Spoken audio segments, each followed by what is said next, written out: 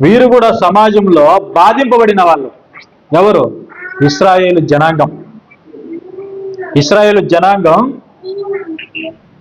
సమాజంలో బాధింపబడినటువంటి సమాజం, అనగద్రొక్కబడినటువంటి సమాజం, శ్రమ పెట్టబడినటువంటి సమాజం ఇశ్రాయేలు సమాజం. ఐగుప్తు రాజు వారిని అత్యంత క్రూరంగా శ్రమ పెట్టాడు, అత్యంత క్రూరంగా బాధ పెట్టాడు, అత్యంత క్రూరంగా వారి చేత వెట్టి పనులు చేయించాడు, వారి ప్రాణాలను విసిగించాడు. వారికి సహాయం చేసే వాళ్ళు ఎవరు కూడా లేరు, వారిని పట్టించుకునే వాళ్ళు ఎవరు కూడా లేరు. ఏ రాజ్యం కూడా, ఏ రాజు కూడా వాళ్ళకి సహాయం చేయడానికి ముందుకు రాలేదు.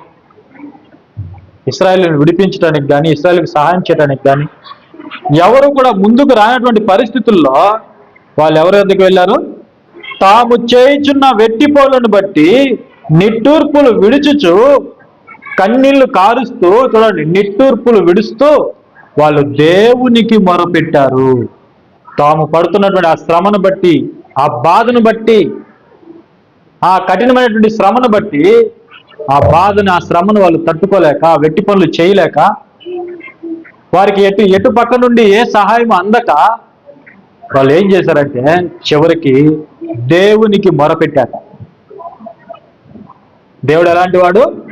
ఆయన తృణీకరింపబడిన వారిని, వారి యొక్క ప్రార్థనను వినేవాడు, దరిద్రుల ప్రార్థన వినేవాడు. కాబట్టి అప్పుడు దేవుడు ఏం చేశాడంటే, దేవుడు వారిని చూశాడు, వారి యందు లక్ష్యం ఉంచాడు, వారి కొరకు మోషేని పంపించాడు, వారి కొరకు మోషేని పంపించాడు, సహాయాన్ని పంపించాడు. మనం కూడా బాధింపబడుతున్నట్లయితే, తృణీకరింపబడుతున్నట్లయితే, మనం దేవునికి ప్రార్థన చేస్తే, దేవుని వద్దకు మనం వస్తే దేవుడు మనకి సహాయాన్ని పంపిస్తాడు. దేవుడు మనకి సహాయాన్ని పంపిస్తాడు.